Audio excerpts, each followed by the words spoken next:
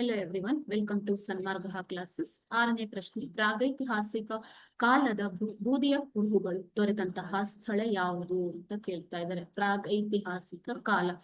So ಈ ಕಾಲ ಪ್ರಾಚ್ಯ ವಸ್ತು ಅಧ್ಯಯನಕಾರರಿಗೆ ಈ ಕಾಲದಲ್ಲಿ ಜನರು ಸಂಗ್ರಹಣೆಯಲ್ಲಿ ತೊಡಗಿದ್ದು ಅನೇಕ ಒಂದು ಕುರುಹುಗಳು ಈ ಪ್ರಾಗೈತಿಹಾಸಿಕ ಕಾಲದ ಕುರುಹುಗಳಾಗಿ ದೊರೆತಿವೆ. ಸೊ ಬೂದಿಯು ಕುರುಹುಗಳು ದೊರೆತಂತಹ ಸ್ಥಳ ಯಾವುದು ಅಂತ ಕೇಳ್ತಾ ಇದ್ದಾರೆ ಮಕ್ಕಳು.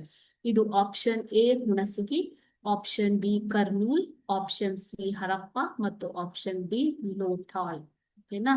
ಸೊ ಪ್ರಾಗೈತಿಹಾಸಿಕ ಕುರುಹುಗಳು, ಕಾಲದ ಬೂದಿಯ ಕುರುಹುಗಳು ದೊರೆತಂತಹ ಸ್ಥಳ ಕರ್ನೂಲ್. ಆಪ್ಷನ್ ಬಿ ಕರ್ನೂಲ್ ಸರಿಯಾದ ಉತ್ತರ.